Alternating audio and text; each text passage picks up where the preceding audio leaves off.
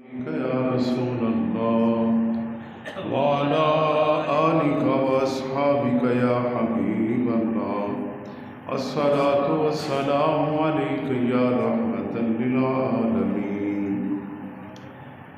حمد و صلاة و سلام کے بعد حاضرین گرامی قادر، آج کے اس جمعۃ المبارک میں آپ صلی اللہ تعالی علیہ وسلم کی آمد مبارک کے سلسلہ میں انتہائی اہم باتیں توجہ کے ساتھ سماعت کیجیے۔ اللہ رب العالمین نے قرآن حکیم میں سورہ یونس آیہ نمبر 58 میں ارشاد فرمایا، قل بفضل اللہ وبرحمتہ فبذلک فلیفرحوا هو خیر مما یجمعون۔ اللہ کریم نے ارشاد فرمایا، اے میرے پیارے محبوب صلی اللہ تعالی علیہ وسلم، آپ فرما دو۔ کل امر ہے، اللہ تعالیٰ نے اپنے محبوب صلی اللہ علیہ وسلم کے ذریعے اللہ فرماتا ہے آپ فرماؤ، کل تو کہہ دے، تو فرما دے، آپ فرما دے، آپ بول دیں، آپ حکم دے دیں۔ اللہ تعالیٰ اپنے محبوب کے ذریعے اس مقام پر اعلان کروا رہا ہے۔ پیغام کیا ہے؟ اعلان کیا ہے؟ ارشاد فرمایا، قل بفضل اللہ وبرحمتہ، بفضل اللہ، اللہ کا فضل، وبرحمتہ، اور اس کی رحمت،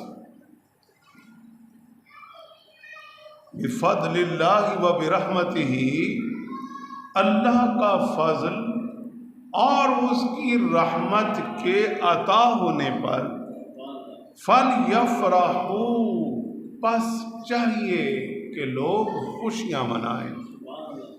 فَلْيَفْرَحُوا، پس چاہیے کہ وہ خوشی کریں۔ قُلْ بِفَضْلِ اللَّهِ وَبِرَحْمَتِهِ، اب اللہ کا فضل کون ہے اور اس کی رحمت کون ہے؟ اب دیکھنا یہ ہے، دو چیزیں ذرا پہلے سمجھیں تاکہ یہ چیز کلیئر ہو جائے۔ دیکھیں، فَلْيَفْرَحُوا میں ہے کہ لوگ خوشی کریں۔ اب اللہ فضل دینے والا ہے، اللہ رحمت عطا فرمانے والا ہے، لوگ خوشی منانے والے ہیں۔ درمیان میں لفظ کل ذکر کرنے کا کیا مقصد ہے؟ یہاں ایک بہت بڑا پیغام ہے۔ بھائی نعمتیں کون دیتا ہے؟ اللہ دیتا ہے، اس میں کوئی شک نہیں ہے۔ اللہ کی طرف سے فضل آتا ہے، اس کی طرف سے رحمتیں آتی ہیں، برکتیں آتی ہیں، کرم بخشیاں آتی ہیں۔ آتی کن پر ہیں؟ مخلوق پر ہیں۔ تو اب اللہ رب العالمین جو ہے وہ فضل دینے والا، ہم مخلوق فضل لینے والے، اللہ رحمت دینے والا، مخلوق رحمت دینے والی، بیچ میں لفظ کل کا کیا مقصد ہے؟ اللہ تعالیٰ جب خود سب کچھ دیتا ہے تو لفظ کل فرما کر پھر مفسرین فرماتے ہیں دراصل پیغام یہ ہے کہ لوگوں دیتا سب کچھ میں ہوں، پر اپنے محبوب کے ذریعے دیتا ہوں، اپنے محبوب کے ذریعے، تاکہ تمہیں پتہ چلے، تمہیں علم ہو جائے، تمہیں یہ بات سمجھ آ جائے کہ لفظ کل یہاں کہنے کا کوئی خاص مقصد ہے، کوئی خاص پیغام ہے۔ وہ یہ ہے کہ لوگوں، جو رحمتیں، برکتیں، کرم بخشیاں تمہیں نصیب ہوتی ہیں وہ آقا کریم صلی اللہ علیہ وسلم کے ذریعے سے ہوتی ہیں۔ اب یہاں پر حضرت ابو طالب کا آپ کو ایک شعر سناؤں. وہ شعر کیا ہے؟ بڑا ہی قابل توجہ ہے اور حضرت ابو طالب نے کہا تھا. کیا کہا؟ وَأَبْيَضُ يُسْتَسْقَى الْغَمَامُ بِوَجْهِهِ سَمَالُ الْيَتَامَى وَعِصْمَةٌ لِلْأَرَامِلِ. کیا فرمایا؟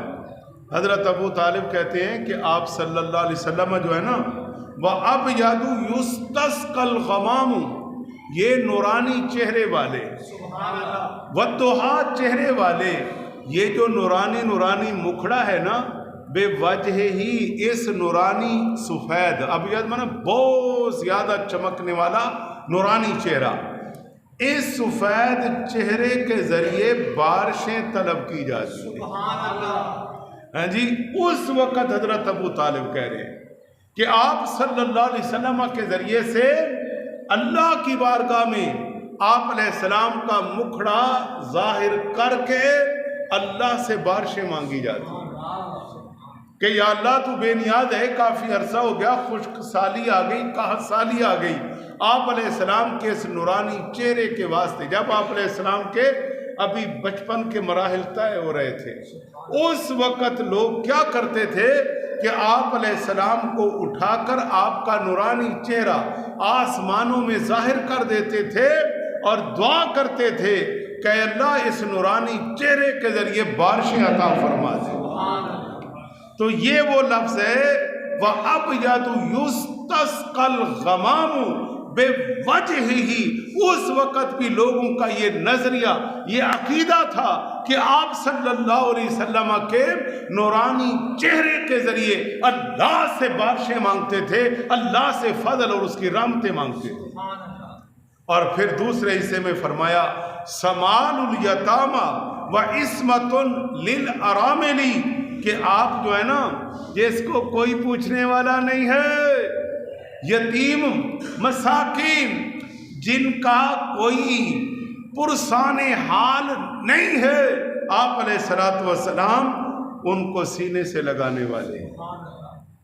ہاں جی، وعصمۃ للارامل، اور جو بیوائیں ہیں نا، بیچاری عورتیں بیوائیں ہیں جی، بے کس، یعنی جنہیں کوئی پوچھنے والا نہیں ہے، ان کی عزت و عظمت اور ان کی حفاظت کرنے والے آپ ہیں. کہ آپ صلی اللہ علیہ وسلم کی جب آمد ہوئی تو یتیم، بے کس، بے نوا، جنہیں پوچھنے والا کوئی نہیں تھا، حضور نے کیا فرمایا؟ اللہم احیینی مسکینا وامتنی مسکینا واحشرنی فی زمرۃ المساکین. اے اللہ، مجھے مسکینی کی حالت میں زندہ رکھ اور مسکینی کی حالت میں دنیا سے لے جا، اور قیامت کے دن مجھے مساکین میں اٹھا دے. یہ حضور کی دعا. اب پتہ چلا کہ لوگوں، یہ جو مساکین ہیں، یہ جو غربا ہیں، جو یتیم ہیں، وہ یہ نہ سمجھیں کہ ہمارا کوئی داد رسی کرنے والا کوئی نہیں ہے. چلتے ہیں بخاری میں، چلو حدیث کی بڑی کتابوں میں آپ صلی اللہ علیہ وسلم نے کیا فرمایا؟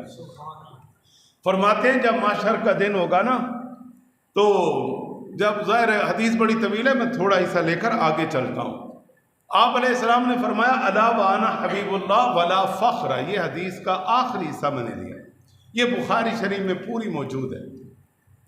جب مختلف انبیاء کا صحابہ ذکر کر رہے تھے نا، تو آپ علیہ السلام تشریف لائے تو حضور نے ارشاد فرمایا الا، خبردار، میں اللہ کا حبیب ہوں، میں اللہ کا حبیب ہوں، ولا فخر، لیکن میں فخر نہیں کرتا. حضور کو عاجزی پسند ہے.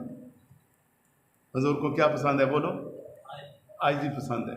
آپ علیہ السلام کو تکبر، حسد، ریاکاری پسند نہیں ہے. اللہ کے نبی کو عاجزی پسند. لیکن ساتھ فرمایا الا وانا حبیب اللہ، خبردار، میں اللہ کا حبیب ہوں. اب اگلے الفاظ سنو، اپنے ایمان کو تازہ کرو. فرماتے ہیں کہ جب سارے نبی رسول اپنی اپنی امتوں کے ساتھ میرے پاس آئیں گے اور میں سب سے آگے آگے اللہ کی بارگاہ میں پہنچوں گا. جب میں اللہ کی بارگاہ میں پہنچوں گا تو اللہ تعالیٰ یفتح اللہ لی، اللہ تعالیٰ میرے لیے جنت کا دروازہ کھولے گا. اللہ تعالیٰ میرے لیے جنت کا کھولے گا. ہائے ہائے ہائے ہائے سبحان اللہ. اللہ تعالیٰ میرے لیے جنت کا دروازہ کھولے گا. لیکن یہاں تھوڑا سن لیں. وَأَلَا وَأَنَا حَبِيبُ اللَّهِ وَلَا فَخْرَ وَأَنَا حَامِلُ لِوَاءِ الْحَمْدِ يَوْمَ الْقِيَامَةِ، اور قیامت کے دن حمد کا جھنڈا جو ہے وہ میرے ہاتھ میں ہوگا. اور پھر وَأَنَا أَوَّلُ شَافِعٍ وَأَوَّلُ مُشَفَّعٍ يَوْمَ الْقِيَامَةِ، اور فرمایا سب سے پہلے قیامت کے دن میں ہی شفیع ہوں گا. میں شفاعت کرنے والا ہوں گا اور میری شفاعت قبول کی جائے گی. اور پھر آگے چلتے ہوئے فرمایا ولا فخر، بھئی اتنی عظمت، اتنی شان، اتنے مراتب، اتنے مقام، اتنا کچھ ہونے کے باوجود اللہ کے نبی فرماتے ہیں ولا فخر، فخر نہیں، نہ فرماتے ہیں نہ. اور پھر آگے سنو، اپنے ایمان کو تازہ کرو. وَأَنَا أَوَّلُ مَن يُحَرِّكُ حِلَقَ الْجَنَّةِ، فرمایا کہ سب سے پہلے میں جنت کے دروازے کو کھٹکھٹاؤں گا. جنت کے دروازے کو کھٹکھٹاؤں گا. جب میں دستک دوں گا تو جنت کا دروازہ کھولے گا کون؟ اندر تو کوئی ہے ہی نہیں. کون کھولے گا؟ ہاں جی، حضور ارشاد فرماتے ہیں فَيَفْتَحُ اللَّهُ لِي، فَتَحَ یفتح کا معنی فتحً کھولنا، مضارع کا صیغہ ہے کھولے گا. اچھا، کیونکہ اس کے اندر دونوں زمانے آتے ہیں، پریزنٹ بھی فیوچر بھی. اللہ تعالیٰ کھولے گا. اچھا، کس کے لیے؟ اللہ، اس میں جلالت فاعل ہے یفتح ہوگا، کیونکہ فعل تو کام ہو گیا، جو وہ کرے گا وہ فاعل. یفتح اللہ، اللہ کھولے گا، لی، میرے لیے. حضور فرماتے ہیں اللہ اکبر. فرمایا کہ جب میں دروازہ کھٹکھٹاؤں گا جنت کا تو پھر یفتح اللہ لی، اللہ تعالیٰ میرے لیے جنت کا دروازہ کھول دے گا. اب یہ دروازہ کون کھولے گا؟ اللہ تعالیٰ اپنی شان کے مطابق. باقی یہ اس پر ہم نے قیاس نہیں کرنا کہ جیسے ہم کھولتے ہیں ہم نہ. اللہ ان ساری چیزوں سے بالا تر ہے، اللہ ان ساری چیزوں سے پاک ہے. بڑا نازک مقام پر بات کر رہا ہوں، اس لیے ذرا ہوش و حواس سے بیٹھیے گا. عرض یہ ہے کہ اللہ کے نبی فرماتے ہیں. اچھا جی، رواہ ترمذی و دارمی، ترمذی نے اس حدیث کو بیان کیا. فرماتے ہیں کہ فَيَفْتَحُ اللَّهُ لِي، اللہ کریم میرے لیے، لی لنا نہیں فرمایا. آئے ہائے، حالانکہ سارے پیغمبر پیچھے کھڑے، ان کی امتیں کھڑی ہیں، لیکن بھائی نہیں، ابھی کچھ باتیں طے ہونی ہیں، ابھی کچھ معاملات ہو جائے نا. تو حضور نے لنا نہیں فرمایا، ہمارے لیے. پڑھو حدیث کی کتاب، میرے سامنے حدیث کی کتاب موجود ہے. حضور کیا فرماتے ہیں؟ یفتح اللہ لی، اللہ میرے لیے دروازہ کھولے گا. اے خوش نصیبو غلاموں، آپ علیہ السلام کا اللہ نے ہمیں امتی بنا دیا ہے. تلک الرسل فضلنا بعضهم علی بعض منهم من کلم اللہ ورفع بعضهم درجات. یہ رسول ہے کہ بعض کو اللہ نے بعض پر فضیلت عطا فرمائی. ان میں سے کوئی وہ ہے جس سے اللہ نے کلام کیا، اور کوئی ہستی وہ ہے جسے درجوں بلندیاں عطا فرمائی. اچھا جی، دروازہ کھولے گا. اگلے الفاظ نا اس سے بھی زیادہ قابل غور ہے. اگر بیدار ہیں تو پھر تو بولتا ہوں، اگر سو گئے ہیں تو پھر درود شریف پڑھیں، اللہم صلی علی سیدنا محمد. بیداری میں ہی سننا چاہیے. قرآن و حدیث چل رہا ہوتا ہے، کہیں ایسا نہ ہو کہ مثبت بات ہو تو آپ منفی سمجھیں، میں کہیں منفی کہہ رہا ہوں تو آپ مثبت سمجھیں، اس لیے فرق لگ جاتا ہے. لئی جناب، یفتح اللہ لی، اللہ تعالیٰ کتنے جوش والے الفاظ آگئے، محبت والے کلمات آگئے. اللہ، حضور فرماتے ہیں اللہ میرے لیے کھول دے گا، جنت کے دروازے کھول دے گا. چلو جی، اب دروازہ کھل گیا، اللہ کے نبی باہر سے آ گئے. اللہ رب العالمین، اللہ فاعل ہے بھائی، میں اب زیادہ نہیں آگے جاتا. اللہ تعالیٰ دروازہ کھول دے گا. ٹھیک ہو گیا. اب دروازہ کھل جائے تو میرے بھائی دو باب آتے ہیں، ذرا توجہ کریں، گرامر کو بھی سمجھو۔ ایک آتا ہے داخل یدخل، ناصر ینصر، اس کا معنی ہوتا ہے داخل ہونا، جیسے آپ آئے، دروازہ کھٹکایا، میں نے کھولا، آپ داخل ہو گئے، ایک یہ ہے۔ اگر یہی باب افعال پہ چلا جائے نا، ادخل یدخل، پھر اس کا معنی ہوتا ہے کہ کسی کو داخل کرنا، یعنی اندر جو موجود ہے نا، اگر اسی باب پہ جائیں گے تو جو اندر کھڑا ہے نا وہ بار والے کو کہے گا کہ آپ اندر تشریف لے آئیں۔ ایک یہ داخلہ یدخلو کہ داخل ہو جائیں، ادخل آپ داخل ہوں، ایک ہے ادخل یدخلو، بھائی ادخال باب افعال ہے۔ تو یہاں ترمذی شریف نے کیا ذکر کیا؟ باب افعال ذکر کیا ہے۔ میں الفاظ پڑھتا ہوں، سنیے۔ یفتح اللہ لی، اللہ میرے لیے دروازہ کھولے گا، فیدخلنیہا، ادخل یدخلو، حضور فرماتے ہیں فیدخلنیہا، اور پھر اللہ تعالیٰ مجھے جنت میں داخل فرما دے گا۔ سبحان اللہ۔ اب اس میں وضاحت میں نے کی ہے، ایک باب ہے داخلہ یدخلو، ایک ہے ادخل یدخلو۔ داخلہ یدخلو خود داخل ہونا، ادخل یدخلو کسی کو پکڑ کر داخل کرنا، یہ مطلب ہے بھائی۔ اور پھر خوش نصیبو، میرے دوستو پوری توجہ کرنا، آج دنیا میں تماشا لگا ہوا ہے، لیکن کمال کے یہ جملے سن لو ترمذی شریف کے۔ اللہ کے نبی کیا فرماتے ہیں؟ جب میرے لیے جنت کا دروازہ کھول دیا جائے گا نا، اب میں جنت کے دروازے پہ آ گیا ہوں، اللہ تعالیٰ کی مہربانیاں، رحمتیں، کرم بخشیاں، اس کا فضل، اس کی رحمتوں کی بارشیں مجھ پر برس رہی ہیں، تو پھر فرماتے ہیں کہ میرے ساتھ دوسرے کون ہوں گے؟ کیوں جی؟ حضور فرماتے ہیں میرے ساتھ کون لوگ ہوں گے؟ اب بڑی سوچیں آ رہی ہیں کہ جی فلاں ہوگا، فلاں ہوگا، نہیں، ہم کہیں بھی نہیں جاتے، ہم حدیث کی سے پوچھتے ہیں کہ حضور کیا فرماتے ہیں کہ میرے ساتھ کون ہوئے گا؟ حضور فرماتے ہیں وَمَعِيَّ، معیہ کا معنی ہوتا ہے میرے ساتھ، ایک ہے معنا ہمارے ساتھ، لیکن نہیں، حضور ابھی اکیلے ہیں، باقی سب پیچھے کھڑے۔ فرمایا معیہ میرے ساتھ، فقراء المؤمنین، میرے امت کے، میرے مومنین جو مجھ پر ایمان لانے والے ہیں، میری امت کے جو فقراء ہیں نا، غرباء ہیں، مساکین ہیں، حضور فرماتے ہیں وہ میرے ساتھ ہوں۔ سبحان اللہ۔ اب خوش نصیب میرے دوستو، اب یہاں غور کر لو، آج دنیا میں شروع سے دو طبقات آ رہے ہیں، ایک امراء کا طبقہ ہے، ایک غرباء و مساکین کا طبقہ ہے، لیکن ہم امراء کی طرف ہم نفی نہیں کرتے کہ انہوں نے یہ کیا وہ کیا، سب کے معاملات اللہ کے سپرد ہیں، ہم اپنے موضوع پر بات کرتے ہیں، لیکن غرباء جو ہیں، جو آج تنگی کی زندگی گزار رہے ہیں، مشکلات میں ہیں، تو وہ یہ سوچ لیں کہ یہ چند روزہ زندگی جو ہے، یہ چند روزہ زندگی، تھوڑی زندگی، اصل زندگی تو، اصل سفر جو ہے وہ تو آخرت کا ہے نا، اصل سفر جو ہے وہ آخرت کا ہے، وہ جو بقا ہے، یہ دنیا کو فنا ہے، آخرت کو بقا ہے، جو بقا ہے اس کے بارے میں یہ ہے کہ جناب حضور فرماتے ہیں میرے ساتھ فقراء المؤمنین، مؤمنین فقراء جو ہیں، مساکین، غرباء، سب وہ بھی میرے ساتھ ہوں گے، اور ہم سب جنت میں داخل ہو جائیں۔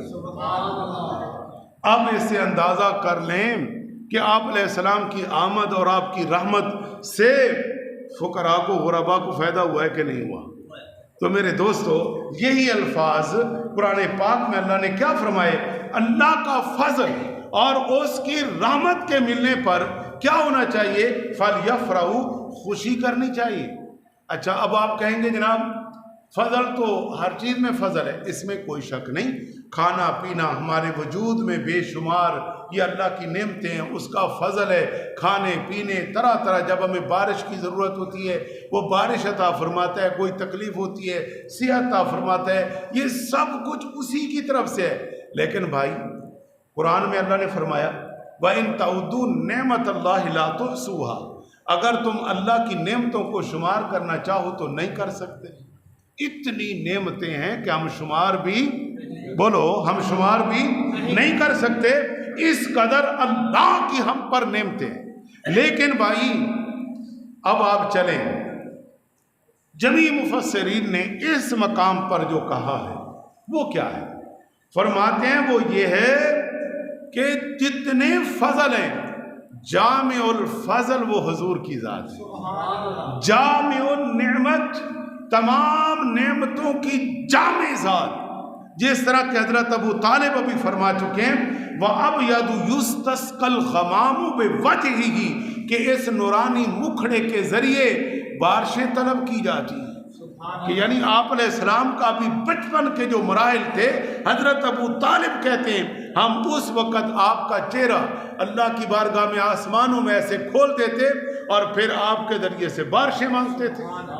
تو اس سے پتہ چلا کہ آپ علیہ السلام کی عظمت محشر کے دن بھی اور دنیا میں بھی، تو ظاہر ہے فقط اتنا سبب ہے انعقاد بزم محشر کا۔ حضرت حسن رضا خان نے یہ کہا تھا کہ فقط اتنا سبب ہے انعقاد بزم محشر کا کہ ان کی شان محبوبی دکھائی جانے والی ہے۔ تو اس حدیث میں ہمیں پتہ چلا کہ محشر کے دن آپ صلی اللہ علیہ وسلم کی عظمت، آپ کی شان، آپ کے مراتب، آپ کے مقام کیسے طے ہوں گے اور اللہ تعالیٰ آپ کو جنت میں کیسے لے جائے گا اور حضور کے ساتھ کون لوگ ہوں گے۔ اب آگے چلتے ہیں جی۔ اب دیکھیے کسی کی بھی، اور پھر انہی الفاظ میں ایک وضاحت کر کے پھر آگے چلتے ہیں، فَلْيَفْرَحُوا هُوَ خَيْرٌ مِّمَّا يَجْمَعُونَ۔ اچھا جناب، خوشی تو کرنی چاہیے لیکن خوشی کیسے کریں؟ لیکن دیکھیے جو کام شریعت کے دائرے میں ہو، ٹھیک ہے، اعتدال کے ساتھ ہو، جائز ہے، کوئی منع نہیں ہے، لیکن جو کام اعتدال سے ہٹ کر ہو، شریعت کے دائرہ کار سے باہر ہو، اس سے ہمارا تعلق نہیں ہے۔ کوئی کر رہا ہے تو وہ آخرت میں اپنا انجام پائے گا، لیکن یاد رکھو آپ صلی اللہ علیہ وسلم کی آمد پر خوشی کرنا، آپ کی ولادت باسعادت کے تذکرے کرنا، آپ کی سیرت طیبہ کے پہلوؤں کو سامنے رکھ کر اپنے اندر ظاہر باہر دیکھنا کہ میں کہاں پہ کھڑا ہوں، کیوں آپ علیہ السلام نے آپ علیہ السلام کی آمد کا جو مقصد ہے وہ قرآن میں بتا دیا، لَقَدْ كَانَ لَكُمْ فِي رَسُولِ اللَّهِ أُسْوَةٌ حَسَنَةٌ کہ بے شک تمہارے لیے رسول اللہ کی ذات بہترین نمونہ ہے۔ اب یہ جو اصل مقصد ہے آپ علیہ السلام کی ولادت سے لے کر یہاں پہنچنے تک، اب وہاں پہ ہم نے جب پہنچے تو ساری خوشیاں اپنی جگہ، سبحان اللہ، تذکرے سب کچھ اپنی جگہ، لیکن جب ہم یہاں پہنچے کہ اللہ نے فرمایا تم رسول اللہ کو دیکھو، کھانے میں، پینے میں، چلنے میں، اٹھنے میں، بیٹھنے میں، لین میں، دین میں، معاملات میں، ہر مقام پر تم رسول اللہ کی سیرت کو دیکھو۔ وہاں پر ہم ڈنڈی مار گئے، نہ ہم نے قرآن کو دیکھا، نہ نبی علیہ الصلوۃ والسلام کی رہنمائی کو دیکھا، نہ خلفائے راشدین کو دیکھا۔ آخر انہوں نے بھی ایک نظام چلایا، کیسے چلایا، ان کے فیصلے کیا تھے، ان کے معاملات کیا تھے، وہ کس طرح سے ایک نظام دے کر گئے۔ آج قرآن کے ہوتے ہوئے ہم کیوں نہیں سمجھ رہے کہ ہم نے دنیا میں کیسے رہنا ہے؟ رسول اللہ صلی اللہ علیہ وسلم کی احادیث مبارکہ کے ہوتے ہوئے ہم کیوں نہیں سمجھ پا رہے کہ ہم نے کس طرح جانا؟ اب سنو، آپ صلی اللہ علیہ وسلم کی والدہ محترمہ آپ علیہ السلام کے بارے میں اپنی وفات سے پہلے، یہ دلائل النبوت کتاب ہے جی، اسماء، حضرت اسماء بنت رحم ان اشعار کو بیان کر کے آپ کو اپنے بیٹے آپ علیہ السلام سے کتنا پیار تھا، بلایا، پیار کیا، محبت کی، پھر اس مقام پر جو کچھ حضرت آمنہ نے فرمایا اور صاحب دلائل النبوت نے اس کو محفوظ کیا۔ یہ عظیم کتاب ہے، سب کیا مقبول ہے، اس سے بات کر رہا ہوں۔ اچھا جناب، آپ کی والدہ کہتی ہیں آپ علیہ السلام کے بارے میں کہ ان صح ما ابصرت فی المنام، کہ جو کچھ میں نے خواب میں دیکھا ہے اگر صحیح ہے، سبحان اللہ، جو کچھ میں نے خوابوں میں دیکھا کہ ہر 9 ماہ تک ہر ماہ میں آدم علیہ السلام، شیس علیہ السلام، نوح علیہ السلام، ہود علیہ السلام، حضرت موسیٰ علیہ السلام، یہ مختلف پیغمبر آ کر آپ علیہ السلام کے بارے میں جو مجھے بشارتیں دیتے رہے، خوشخبریاں دیتے رہے، اور بھی بے شمار خوشخبریاں. تو اس پر آپ فرماتی ہیں کہ ان صح ما ابصرت فی المنام، کہ اگر صحیح ہے جو میں نے خواب میں دیکھا ہے، تو پھر کہتی ہیں کہ جناب فَأَنْتَ مَبْعُوثٌ إِلَى الْأَنَامِ، آپ کہہ کر حضور سے مخاطب ہوگی.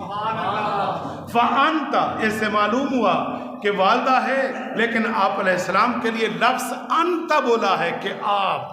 اس لیے ذرا خیال کرنا، آپ علیہ السلام کا جب بھی ذکر آئے زبان پر تو کا کی باتیں نہ آئیں.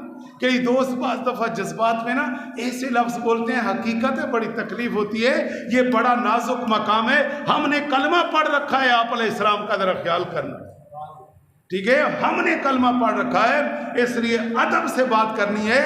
جس کی عظمت اور شان ورفعنا لک ذکرک ہے، اس لیے ذرا سوچ کے سمجھ کے ادب کا مقام ہے، اس لیے ذرا حساب سے چلنا ہے. آپ کی والدہ کہتی ہیں فَأَنْتَ مَبْعُوثٌ إِلَى الْأَنَامِ، کہ آپ بھیجے جائیں گے تمام مخلوق کی طرف.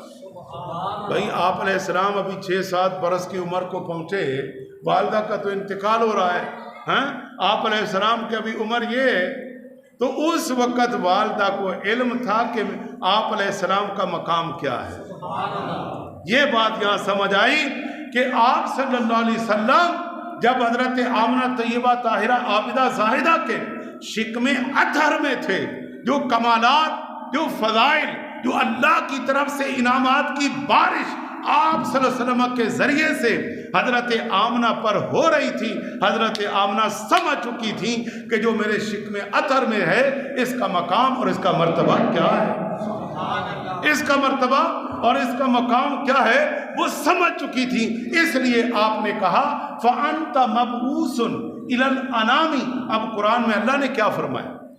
قُلْ يَا أَيُّهَا النَّاسُ إِنِّي رَسُولُ اللَّهِ إِلَيْكُمْ جَمِيعًا، کہ اے محبوب اعلان کر دو کہ میں ساری مخلوق کی طرف رسول بنا کر بھیجا گیا ہوں. والدہ یہاں کیا کہتی ہیں؟ فَأَنْتَ مَبْعُوثٌ إِلَى الْأَنَامِ، کہ آپ بھیجے جائیں گے تمام مخلوق کی طرف. پھر دوسرے حصے میں کیا فرماتی ہیں؟ دوسرے حصے میں فرمائیں کہ تُبْعَثُ فِي الْحِلِّ وَالْحَرَامِ، کہ آپ علیہ السلام کا مسکن اور ٹھکانہ اور آمد کہاں پہ ہے؟ وہ مکہ المکرمہ میں. حل کس جگہ کو کہتے ہیں؟ جب آپ جدہ کے راستے جاتے ہو نا ایک مقام حل آتا ہے، اور حرم وہ خاص ایریا علاقہ ہے جہاں کے بارے میں اللہ تعالیٰ قرآن میں فرما چکا ہے انما المشرکون نجس فلا یقربوا المسجد الحرام، کہ کوئی مشرک مقام حرم میں داخل ہو سکتا نہیں. کیوں؟ کہ جب آپ علیہ السلام آئے تو پھر اللہ نے اس خطے کو پاک کر دیا. اب کوئی پلید، کوئی نجس چیز وہاں پہ داخل ہو سکتی نہیں. اب وہاں پاک رہیں گے، پلید وہاں پر جا سکتا نہیں. اللہ نے پابندی عائد کر دی کہ بس اس حد تک. لیکن 360 بت بھی تھے، ایک وقت تھا، لیکن وہ پاک ہو گئے. فتح مکہ کے موقع پر آپ علیہ السلام نے سب کو گرا دیا، پھینک ڈالا تھا. جناب اب آپ نے وہ مقام بتایا ہے کہ آپ صلی اللہ علیہ وسلم اعلان نبوت بھی یہاں پر فرمائیں گے، اور آپ کا 40 برس تک عرصہ یہاں پہ گزرے گا. پھر دوسرے حصے میں فرماتی ہیں تُبْعَثُ فِي التَّحْقِیقِ وَالْإِسْلَامِ، اور وَبِنْ أَبِيكَ الْبَرِّ ابراہیم. پھر فرماتی ہیں کہ آپ بھیجے جائیں گے کس مذہب پر؟ فرماتے ہیں کہ حضرت ابراہیم علیہ السلام کے دین پر آپ بھیجے جائیں گے، اپنے جد امجد کے دین پر آپ بھیجے جائیں گے، آپ مبعوث ہوں گے. اور پھر فَاللَّهُ أَنْهَاكَ عَنِ الْأَصْنَامِ وَأَلَّا تُوَالِيهَا مَعَ الْأَقْوَامِ. فرماتی ہیں کہ اللہ تعالیٰ بتوں سے محفوظ رکھے، اللہ تعالیٰ بتوں سے آپ کو محفوظ رکھے. یہ والدہ ہے نا، جو حالات آپ نے دیکھے تھے نا، حضرت آمنہ نے تو اس حوالے سے بات کی، وگرنہ جس کا محافظ اللہ ہے، جس کو پیدا کرنے والا اللہ، جس کا محافظ اللہ عز و جل ہے، تو یہ کام کب کر سکتے ہیں؟ لیکن والدہ نے جو ظاہر دیکھا تھا اس حوالے سے بات کر دی کہ فاللہ انہا کا عن الاسلامی وَأَلَّا تُوَالِيهَا مَعَ الْأَقْوَامِ، کہیں ایسا نہ ہو کہ ان کے جو خاندان کے لوگ ہیں، ان کی جو قومیں ہیں، جس طرح قریش مکہ سارے لوگ پہلے تو بتوں کی پوجا کر رہے تھے نا، کہیں ایسا نہ ہو کہ ان کی دوستی میں تُوَالِيهَا دوستی مَعَ الْأَقْوَامِ قوموں کے ساتھ مل کر کہیں اس طرف چلے جائیں، تو والدہ نے پہلے کہہ دیا اللہ تجھے محفوظ رکھے۔ اور پھر آخری کلمات سنو حضرت آمنہ کے، اور آپ فرماتی ہیں آپ علیہ السلام سے مخاطب کر کے اما آمنہ فرماتی ہیں کہ کل حی میت، ہر زندہ نے مرنا ہے، ہر زندہ نے کل حی میتن، ہر زندہ نے مرنا ہے، وَكُلُّ جَدِيدٍ بَالٍ، اور ہر نئے نے پرانا ہونا ہے۔ پہلے بچپنا، جوانی، عروج، بڑھاپا، نظام ختم، ٹھیک ہے؟ اس لیے حضرت آمنہ نے فرمایا وَكُلُّ جَدِيدٍ بَالٍ، ہر نئی چیز نے پرانا، یہ کپڑا نیا تھا اب پرانا ہو چکا ہے۔ اسی طرح ہمارا نظام ہے، سوچ سمجھ کے چلو اس نظام کو لے کر کہ انسان نے سدا ایک جیسا نہیں رہنا ہوتا، ایک جیسا وجود نہیں رہتا، جسم میں طاقت نہیں رہتی، یہ آنکھیں، سماعت، وجود، بولنا، دانتوں کی طاقت، جسم کی طاقت سدا ایک جیسی نہیں ہے۔ اس لیے حضرت آمنہ نے کہا بیٹا میری باتیں سن لے، وَكُلُّ جَدِيدٍ بَالٍ، ہر نئی چیز نے پرانا ہو جانا ہے، وَكُلُّ كَبِيرٍ يَفْنَا، اور ہر بڑے نے فنا ہو جانا ہے، ہر بڑے نے کیا ہو جانا ہے؟ فنا، ختم، کل من علیہا فان، ہر چیز ختم، وَيَبْقَى وَجْهُ رَبِّكَ ذُو الْجَلَالِ وَالْإِكْرَامِ۔ اور پھر آخری کلمہ بولا ہے وَأَنَا مَيْتَةٌ، اور میں تو اب دنیا سے جا رہی ہوں، میں دنیا سے جا رہی ہوں، وَذِكْرَى بَاقٍ، لیکن میرا ذکر باقی رہے گا۔